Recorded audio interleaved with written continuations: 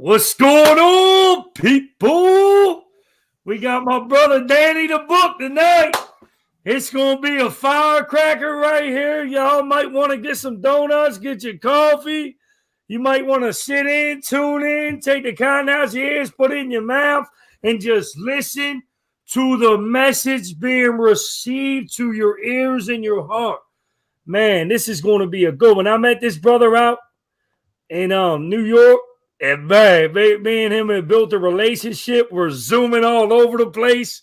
This is what we're doing. So if any newcomers, anybody new to this page, like you're struggling, you're feeling like that you're different, you're unique, I'm here to tell you that I played every part in recovery. And the results that I got out of it were not good. There were some suggestions and directions. Well, so when I started taking the suggestions and direction to peel this image that I was holding, man, for so many years, man. So if everybody can come and tune in tonight, we're going a little early tonight. It's not 9 o'clock. So I've reached out to Danny, get him on here. I'm gonna pray him in, and we're gonna let God take over. We're gonna let God do the work. All right, Lord Almighty God, I just want you to use Danny as a vehicle, as a message of hope tonight, and did he touch on some key points in his life and he struggles in any low self-worth, any low self-esteem or lack of confidence, that you just lift that off of him, Lord, and just allow him to get into his honest truth and get transparent and vulnerable. And for the people that's out there struggling in New York and all around the world to this COVID-19, that they just get through their feelings and emotions, and it's okay to feel feelings right now today. And just be with some people, allow them to receive the message of recovery. Amen. All right. Inspirational freestyle recovery flow. Get them hearts going. What's going on, people? Can people hear this? Hold on. All right, people's on here. What's going on? Go ahead, Danny. I'm not named Danny. Slowly recovering from the disease of addiction. And that's what my sponsor wished me, a slow recovery when I first walked into the rooms in narcotics. And I was after multiple relapses. And membership wasn't automatic for me when I first walked into the program of 12-step based, right? I don't want to endorse the program that I live my life based on. But like I'm a big literature guy, and I don't want to promote anything that's going to offend anybody. But in the literature I read, right, I want to read something that I'm going to close my book and share from the heart and get vulnerable and real uncut and raw and honest, right? And we have found that the success of our program speaks for itself. This is our promotion. And that's the only promotion I can do, because in the 9th step in the literature I read talks about clean time speaks for itself. And like my clean day has changed multiple times. As a direct result of bad choices and bad decision-making skills. My clean date is September 3rd, 2006. So September 3rd, 2020, I have 14 years clean. I'm grateful for my clean date, but that doesn't define who I am. I recover in the Nassau area of I almost said it, Nassau County, Long Island. And I've noticed that when members share their clean time out here, I'm talking about the old timer. And this is not me blasting the old timer, that they measure their recovery or clean time as a barometer for a successful recovery. And that's not what my one eye sees, man. And I say one eye because as a direct result of the disease of addiction, I was shot in my head just for the sake of the next one. I just wanted one more time. I was a 15-year-old little broken down little boy. And I just wanted to get high one more time. And I put myself in a situation where I didn't belong. I don't know if anyone can. I only heard my story once in the process of being in recovery since January 5th, 2000. I've been a member of the fellowship that I belong to since then. And relapse is a part of my story. Is not a requirement, but it's a painful reality for me, for this addict, right? And this is a beautiful process, man. I'll talk about who Danny was, who Danny is, and who Danny's goals are, and who Danny's trying to make himself to be out to be, right? And through honest sharing, and honesty is the antidote to my disease thinking, I was told, right? And I read it in our literature. So like when I was a kid, man, I always felt different. I grew up in a household with like two sisters, a single mother parent who was an alcoholic and abused and tortured me, physically, mentally, spiritually, emotionally. I got beaten down a lot when I was a kid for doing stupid things. You know, boys would be boys, I was told, and I caught a beating on a regular basis for that. And 8 years old, I was molested by a man, and he forced his lips on me, and like he put a hickey on my neck, and I never shared anybody with this except my sponsor, but like I liked it. I liked the way it made me feel, all the attention I got from the street and on the outside. And I'm grateful I can share that. Listen, man, I was told if you can share your story without crying, you've truly healed through the process. I'm not gonna cry. I don't have the desire to cry. I don't have the sadness or loneliness, or perhaps the most painful feeling of all was the desperation. I knew I needed to belong somewhere, and it wasn't at home. I felt like I belonged in the street where I was accepted through peer pressure and a false sense of belonging, you know. And I'm grateful for my experience as a young child, but like I don't take it for granted. You know, I don't let nobody walk all over me anymore. I found true unconditional love and sponsorship, and they talk about in the literature I read, those who get the most out of the program find sponsorship to be important. I truly find it to be important because I can't spot self deception in myself. I can't find out when I'm being gullible, or when I'm being naive, or when I'm being self righteous, or bigoted, or full of pride. And the acronym for pride is primary reason I die early. I can come in here and die a spiritual death, like the walking dead in the 12-step fellowship. So I'll talk about a little bit. And like 8 years old happened, I was molested, and 14 years old, I got mugged on the train coming home from school, and like my arm was cut, and I lost 5.5 pints of blood, and like I was using, and I had a blood transfusion, and I walked home holding my arm, bleeding half to death, and like I passed down the bathroom of my home, and like my mother had her fingers inside my arm, and she helped me revive me back to life, and like I went to the hospital, and they saved my life for the first time in my life. I never had to experience. The second time I experienced something traumatic, right? And but when I was 15, like I was sharing in my delivery that I was shot in the head, and like I was an innocent bystander, drive-by shooting. I was getting high at the time, and I blamed myself for like 18 years over that until I got into the acceptance and surrender piece of the first step. I accepted the fact that I was an addict. I surrendered to the fact that like I'm powerless over drug addiction, and they talk about drugs is just a symptom of the disease, because it ain't my disease. I share it with a whole bunch of other people. Bless you, Carl. Sorry. And I lost my train of thought as you sneezed, but that's okay. I'm gonna blame that on you and not the disease. The disease will. I'm under no illusion that I need a drug, a drink, a pill, anything that's gonna fix the way I feel. Hold on, man. Hold on. I need to respect the process of recovery and shut my phone off, right? And lost my train of thought once again. Like I was talking about being shot, and like I was that kid who was in the street and like based my identity off the kid who got shot in the head, the invincible kid, and the disease rapidly progressed in my life. I tried an abundance and a plethora of drugs to fix the way that I felt, but I'm talking about any gnawing feeling of I don't feel well, I don't feel right, I feel different. Like feelings aren't facts, but it's a fact that I feel, and like I couldn't describe who I really was as a kid, but I knew I was afraid. I knew I was scared. I knew that there was something wrong with me, and I felt like there was something wrong with me mentally. I thought that there was something wrong with me physically. I either go this way, I either go straight. So if you're looking at me right now and you think I'm looking at you, I'm really not. I'm looking at the wall and call.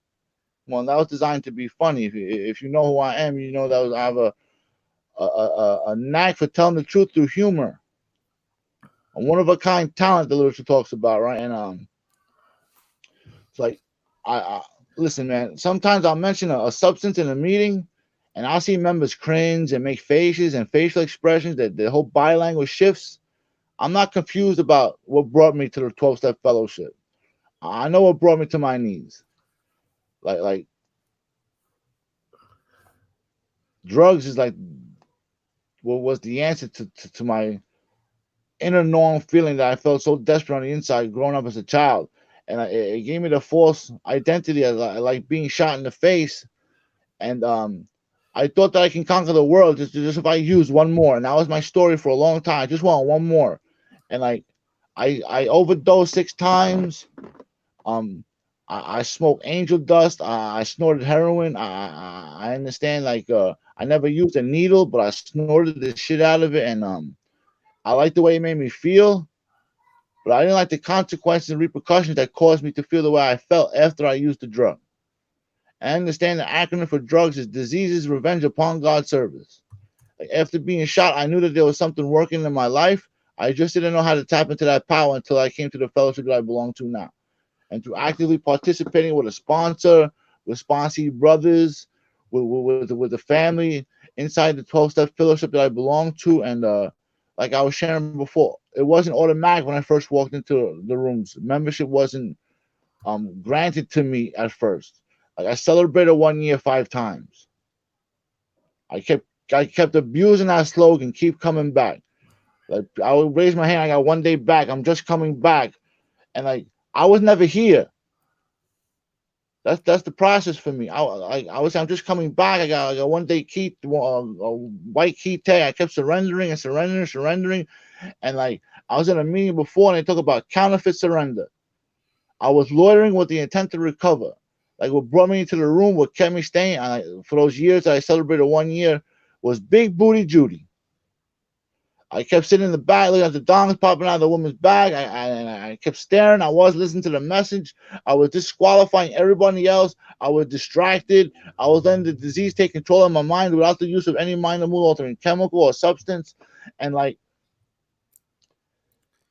it kept me clean for a little while. It did, but like I used eventually because I didn't do no work on Danny, who Danny really was. I'm grateful for a loving, caring God that works in my life.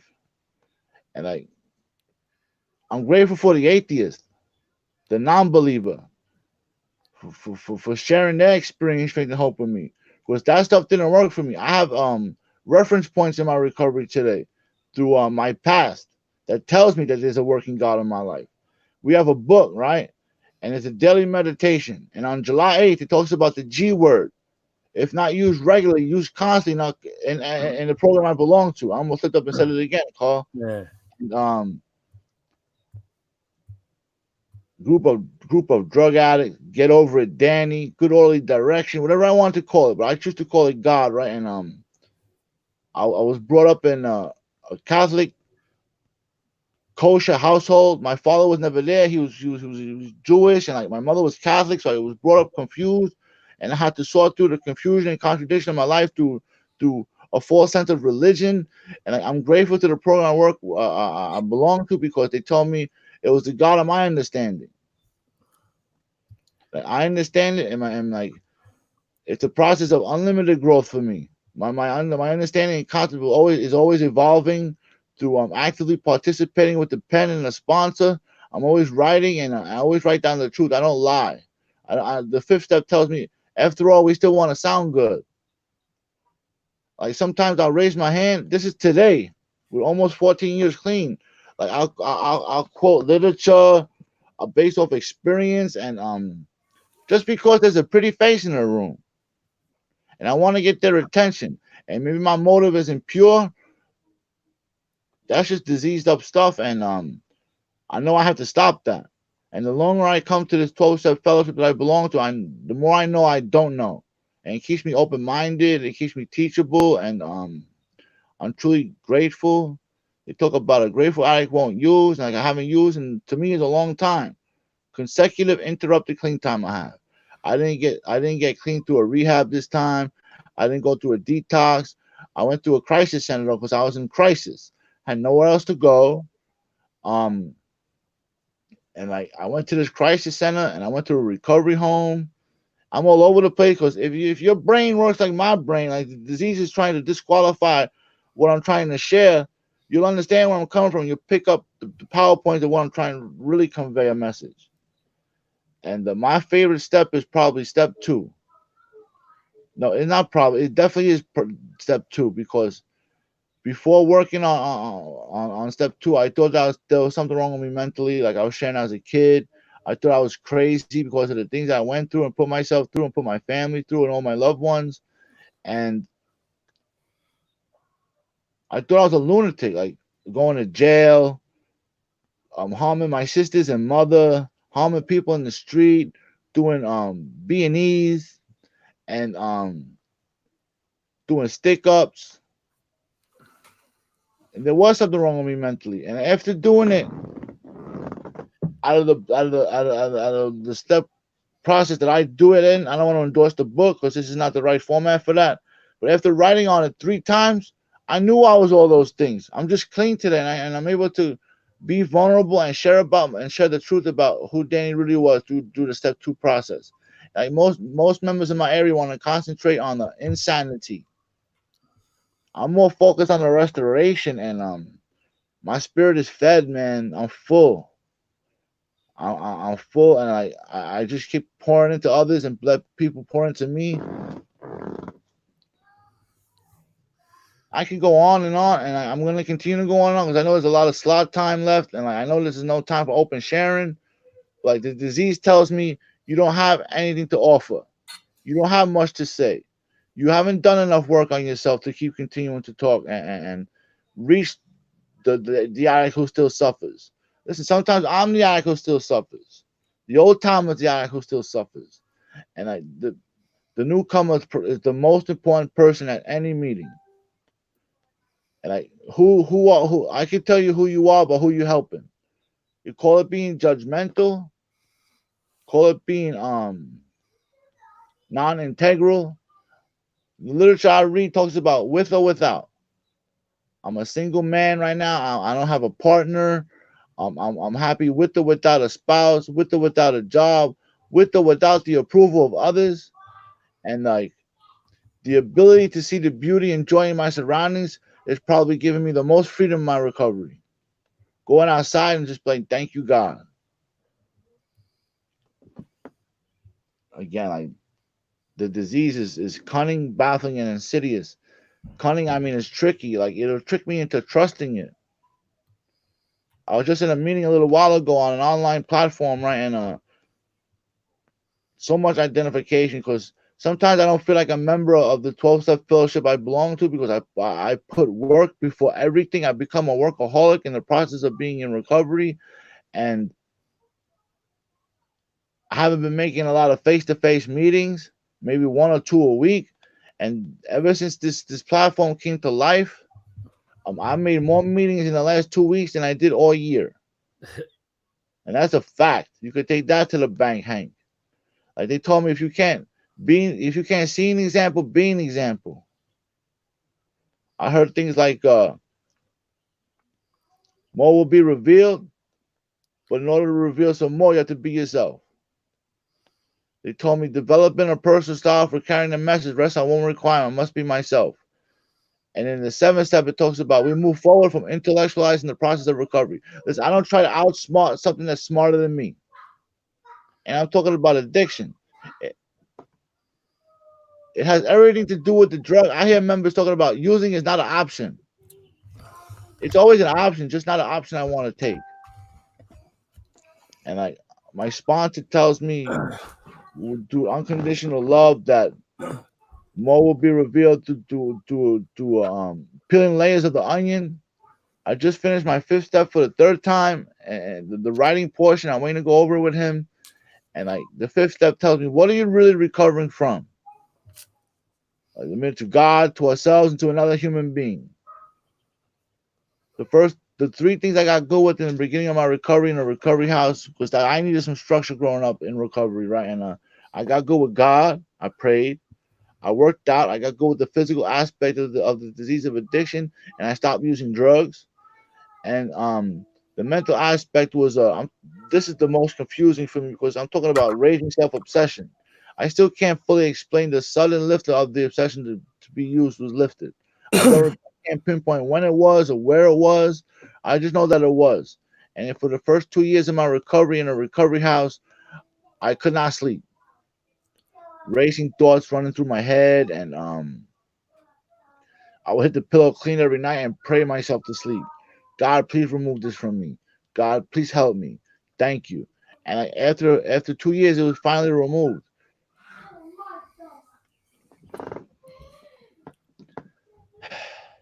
There's a spiritual pause right now because I'm running off a lot of caffeine. I don't know what to do with myself anymore. Like I'm not working right now, and I'm not essential work. But my boss tells me like, we're essential work. We're a 24/7 company. You have to come to work. We ain't going to job sites. We ain't going to projects.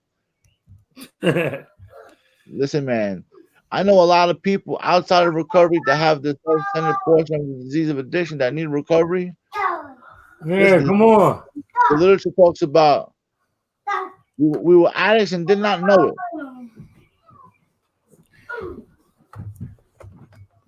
I forgot where I was going with that. You So I did good? the first three steps right, and the first 5 years of my first 6 years of my recovery, I didn't do no work. I don't recommend this to anybody. I didn't get with a sponsor. I got with a monster. I didn't get a home group. I got a home girl. I don't recommend that to anybody. Like I was sharing about Big Booty Judy in the beginning of my story, and it kept me clean for multiple years, only 1 year at a time. And this time around, I actually dove into the literature. I actually read, I wrote, I exposed who Danny really was. I understand the more I expose myself to God, the more He'll expose Himself to me. And like God exposed some truths about Danny that are just very uncomfortable. Like I'm not the tough guy. I don't have an image to portray. Like God tells me things like I'm more concerned with your character than I am your reputation. Like I had a reputation in the beginning of my recovery because I felt so ugly on the inside. I felt like a monster. If I really revealed who I really was, I would surely be rejected. Sensitive, emotional, understanding, um, God centered, generous, loving, caring. I don't claim spirituality. I don't claim to be a spiritual flexor or anything like that. But like I know how to work the program that keeps me clean a day at a time.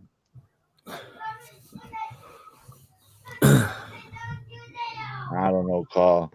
I shared a lot of stuff. I talk fast. We from New York up here. We talk fast, and sometimes I expose things that like I know I'm ready to expose because a newcomer is desperately dying to hear the message of recovery.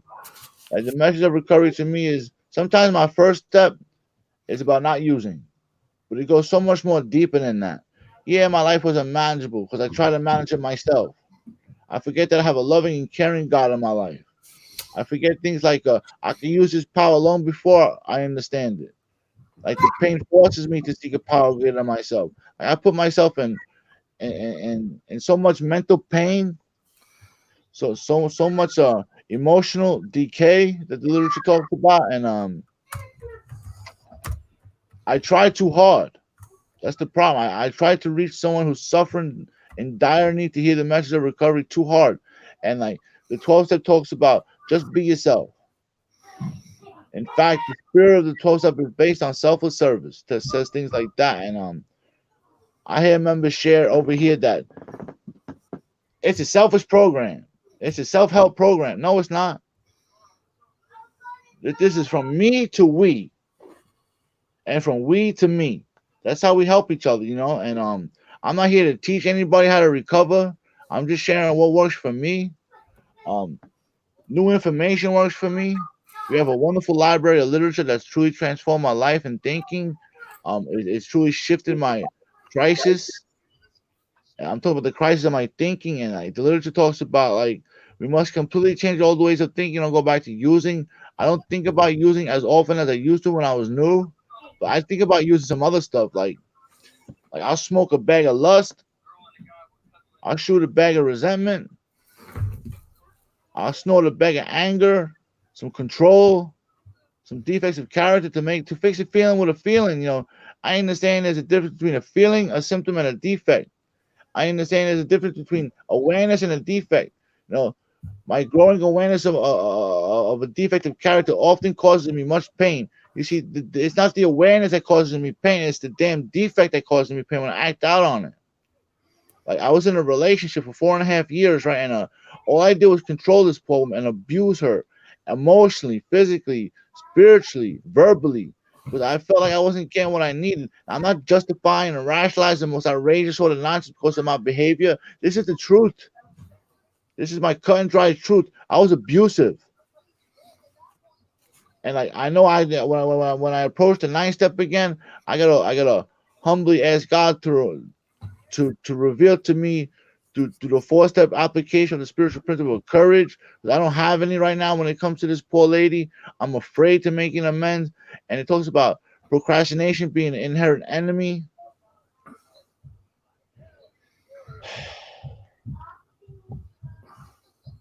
Yeah, I'm a member with clean time. Complacency is the enemy for the member with clean time. And like I've been complacent in my recovery. I used to make a lot of meetings. I don't make a lot of meetings anymore, except online in my bedroom. It's not the same as a face-to-face meeting, but like my thinking has transformed into how can I be of service today? How can I help the newcomer who desperately dying to hear the message of recovery? I came in here a hopeless dope fiend. Now I'm a dopeless hope fiend. I come here, I put the big ear on, like Carl was saying in the beginning, learn to listen and listen to learn. I'm gonna share this and shut up. My first narcotics anonymous. Oh, I just said it again. Go ahead. My first 12-step meeting was in a town in Manhattan called Hell's Kitchen. Right? Yeah. It was the Hell's Kitchen group. I walked down into this basement. My sponsor at the time told me, "I'm your sponsor. You're gonna do what I have to tell you. You're gonna learn to listen to learn. You're gonna sit up front ICU. If you don't know what ICU is, it's the intensive care unit. That's a front row." So I did what he did. I did what he told me to do, and I walked down these stairs and to what seemed like to be the tallest member of this 12-step fellowship. He gave me a hug. He embraced me. He told me, "Sit down the front. I'm gonna bring you a cup of coffee." I said, "Okay." I sat down the front, and this is before all those relapses. This is my very first 12-step meeting. I sat down the front, and the speaker commenced sharing how when she smoked a specific substance, that she would hallucinate, that she would stab herself with sharp objects because she felt like bugs were crawling out of her skin, and right away the disease creeped into my mind, and I disqualified her. I said, "That's not my story. I didn't smoke that yet." Then she shared something that scared me out of the seat. She says, "I have the disease of addiction." All I heard was one word: disease. I left the meeting without staying for the whole portion of the meeting, the whole hour and a half, and I heard disease. I didn't want what you guys had. 6 months later, another rehab that H&I came through, and the fellowship that I belonged to came, and they carried the message every day, and I bought into the process then, or so I thought. And I celebrated a year. I celebrated a year without doing any work. I celebrated a year without doing any work. And I kept bringing the body, and like I hoped and prayed that the mind and spirit will follow, and it didn't. So I wasn't finding out who Danny really was. Shaky, insecure, broken down little boy in an adult man's body. That I hope would fool people. Unfortunately, I fooled myself. And the fifth step talks about although we appear attractive and confident on the outside, we're really hiding a shaky, insecure person on the inside. And I can identify with that.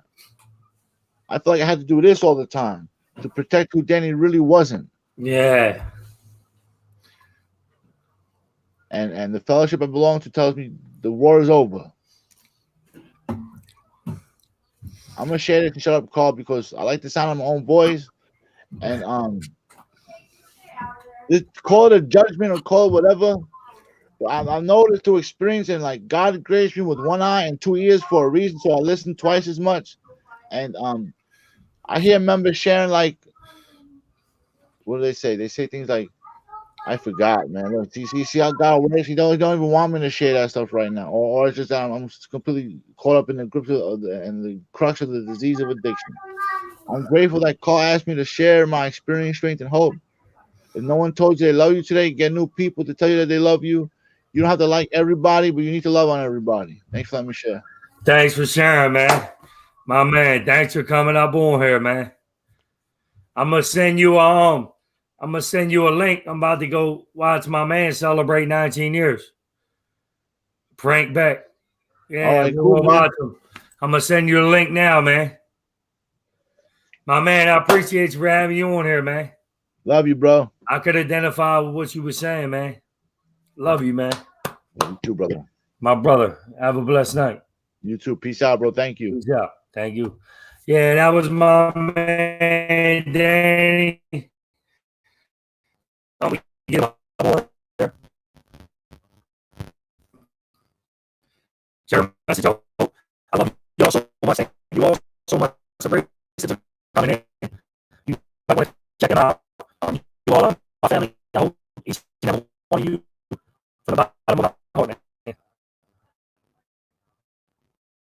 Thank you so much.